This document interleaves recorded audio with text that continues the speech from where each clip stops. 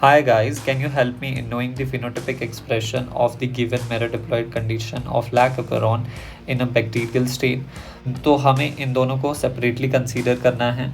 First of all हमें पता है रिप्रेसर दोनों में ही नॉर्मल बनेगा। फिर यहाँ पर कैच है कॉन्स्टिट्यूटिव ऑपरेटर का। ऑपरेटर जो है वो अब म्यूटेटेड हो गया है। ऑपरेटर इज़ म्यूटेटेड और we can say operator is constitutive such that कि वो अब रिप्रेसर के साथ कभी भी बाइंड नहीं होगा इस कंडीशन में। तो यहाँ पर क्या होगा, इन वाले स्ट्रक्चरल जीन्स का एक्सप्रेशन तो हमेशा ही होगा, बट हमें क्यूमुलेटिव देखना होता है, ओवरऑल एक्सप्रेशन को कंसीडर करना होता है।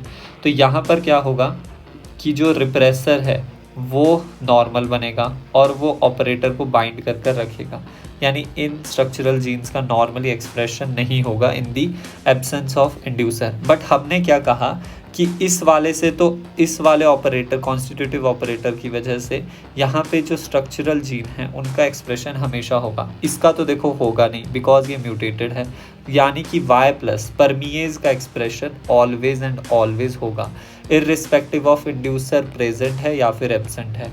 बट जब आपके पास ये बीटा गैल की बात आती है तो ये नॉर्मली हम देख सकते हैं यहाँ पर ऑफ रहेगा, तो नॉर्मली नहीं बनेगा बीटा गैल।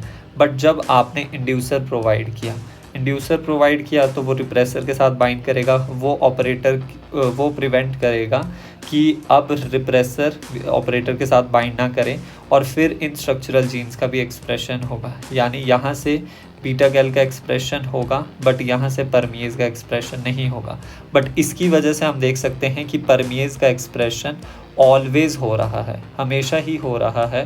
दैट मीन्स यहाँ तो परमिएज का एक्सप्रेशन हुआ बट साथ ही साथ में अब बीटा गैल का भी एक्सप्रेशन हो रहा है due to this added inducer.